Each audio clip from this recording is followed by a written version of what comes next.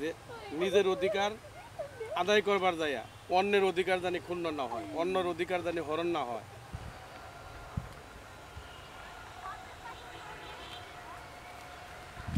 আসসালামু আলাইকুম চাচা। ওয়ালাইকুম আসসালাম। আচ্ছা, আপনি তো পুরানা লোক। হ্যাঁ। এই আপনি হলো তোমার যে দেশ স্বাধীনের আগ থেকে আপনি অভিজ্ঞতা।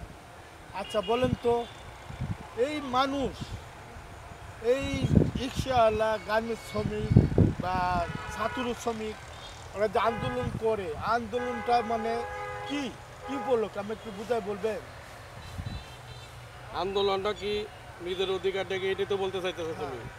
আচ্ছা, এই যে এতক্ষণ যে তুমি ব্যায়ামটা করতেছো, হাত রসা করে দেখি।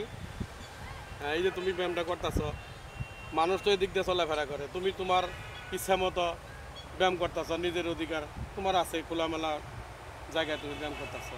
তো মানুষ যে চলাফেরা করবো সেটাও তো তোমার বস্তু হইব।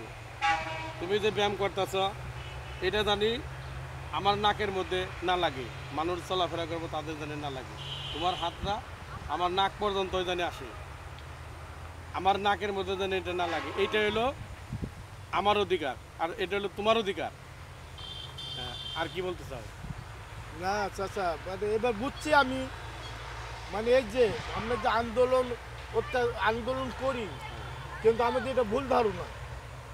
আমরা না, তুমি যে শ্রমিক আন্দোলন, ছাত্র আন্দোলনের কথা বলতেছো, নিজের অধিকার নিয়ে সবাই মানে যার যার মতো আন্দোলনে নামতেছে। স্বাধীন দেশে স্বাধীনভাবে চলাফেরা করার সবারই অধিকার আছে, কিন্তু মূলত আসলে তারা নিজেরাই জানে না যে অধিকারটা কি, না বুঝাই তারা মনে করো আন্দোলনে নেমে যায়। চাচা ঠিক আছে, আপনার কথা যুক্তি আছে, বুঝছি। এবার আমার মাথায় ঢুকছে, আপনার কথাই সঠিক।